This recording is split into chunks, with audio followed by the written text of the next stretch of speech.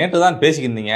என்னங்க ஊழலுக்கு எதிரான நடவடிக்கை ஃபுல்லாக அப்படி மந்தமாயிருச்சுன்னு சொல்லிட்டு அன்புமணி அவர்கள் சொல்லியிருந்தாங்க. நீங்களும் சொல்லியிருந்தீங்க என்னங்க ரைடு எதுவும் நடக்கல, ஸ்டார்டிங் நடந்துச்சு அப்படின்னு சொல்லிட்டு.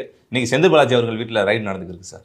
மனது வேதனைப்படுகிறது. அண்ணனை மீண்டும் மீண்டும் எப்படி சோதிக்கிறீர்கள்? இப்போதுதான் திருவல்லிக்கேணி காவல் நிலையத்தில் கையெழுத்து போட்டுவிட்டு தினமும் வந்து வேதனையோடு நடந்து கொண்டிருக்கிறார். இப்போது மீண்டும் அவர் மீது ஒரு வழக்கு, ஒரு சோதனை. ஃபர்ஸ்ட்டு இன்கம் டேக்ஸ் வந்து எடுத்துகிட்டு போனாங்க, அடுத்து இடி வந்து எடுத்துகிட்டு போனாங்க. இப்போ சமீபத்தில் இந்த எம்எல்ஏக்களை விலைக்கு வாங்குற கேஸில் வந்து எடுத்துகிட்டு போயிட்டாங்க. அப்படி என்னதாயா இருக்குது எங்கள் அண்ணன் வீட்டிலேருந்து திருப்பி போய்கிட்டு இருக்கீங்க?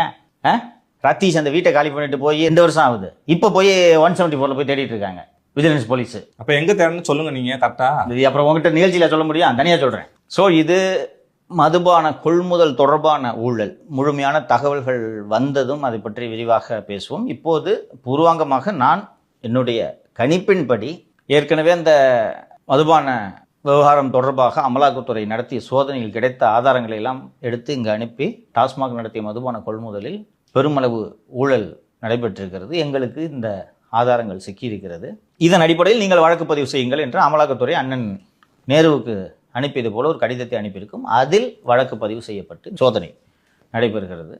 ஸோ எப்படியும் 2 நாட்களில் லஞ்ச ஒழிப்புத்துறையோட செய்திக்குறிப்பு வரும், அரசிடமிருந்தும் செய்திக்குறிப்பு வரும் என்று எதிர்பார்க்கலாம். இதுபோல் வேகமாக நீங்கள் நடவடிக்கை எடுங்கள் என்று தான் உங்களிடம் கேட்கிறோம்.